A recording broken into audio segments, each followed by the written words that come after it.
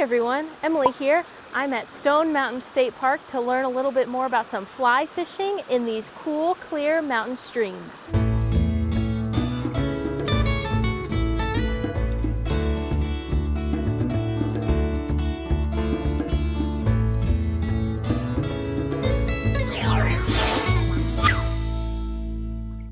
Hey Ranger Michael.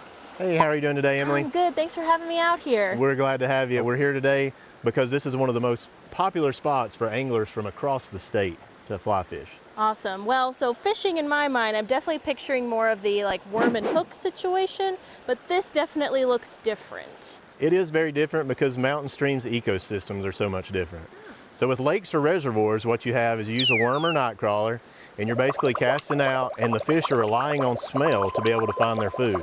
With the swift moving current that we have here in the park, what our trout are doing are they're actually watching for aquatic insects like mayfly, caddisfly, and stonefly to wash down to them for food. You said some interesting bug names, mayfly, caddisfly, stonefly. I have no idea what any of those are. These aquatic insects, they're actually called macroinvertebrates. Okay. Macro meaning that you can see them with your eye. Invertebrate meaning they do not have a vertebra or backbone. And they're extremely important to our mountain stream ecosystem because the trout feed on the aquatic insects. In addition to that, they're ecosystem consumers.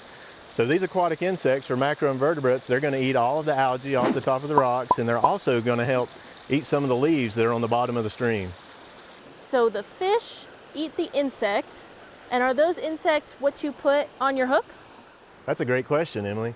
Actually, what we do is we try to mimic or resemble one of the aquatic insects in the water, and we pick a fly that matches it closely. I would love to find some, but before we start that, I would love to see you in action doing a little fly fishing. All right, let me demonstrate some casting for you.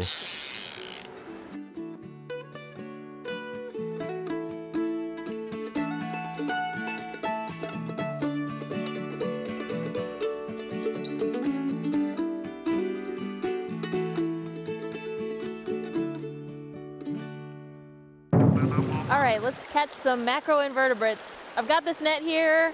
Where do I start? With that D-shaped net that you have, you can set it down on the bottom of the stream. You can just start kicking around rocks. So you're going to kick the rocks around on the bottom, and you're just going to let that water flow through the net. After you've kicked around rocks for just a minute or so, you want to raise it up and take a look and see what you've caught.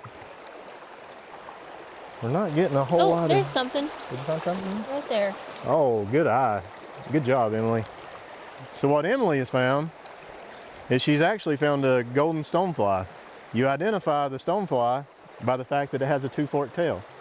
This one's a little bit different as it's lighter in color because we also have a black stonefly here at Stone Mountain. In addition to the caddisfly, and then there's also mayflies. And one thing that's really significant about these different species of aquatic insects or macroinvertebrates, that they're all indicators of a healthy water source. So this is good, clean mountain water. Doesn't have a lot of pollution in it, not a lot of sedimentation. Nice. We know by having these species that we have a healthy stream. Awesome. All right, yeah, let's catch some more.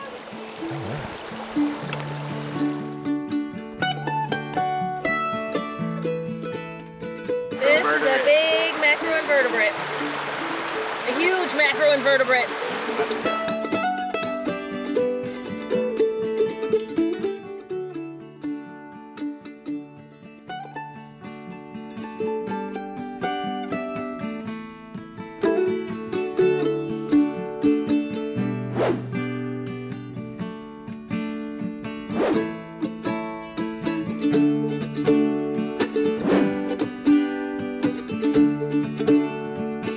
So can you show it to Emily and like tell her about the species? Yeah.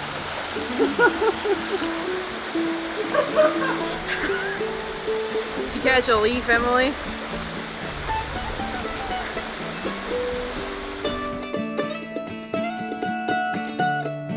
Well, Michael, I know we didn't catch any fish today, but I am still having the best time out here fishing. And I also want to know, how does the park help keep this beautiful water so clean? That's a great question. So essentially, as state park employees, we actually protect natural resources, which also means that we're managing our forest. Tree cover gives the canopy, so we have shade to keep the water cool. In addition to that, the roots and the native grasses on the edge of the stream, they actually help to filter the water that runs in the stream. It prevents a lot of the sedimentation and erosion.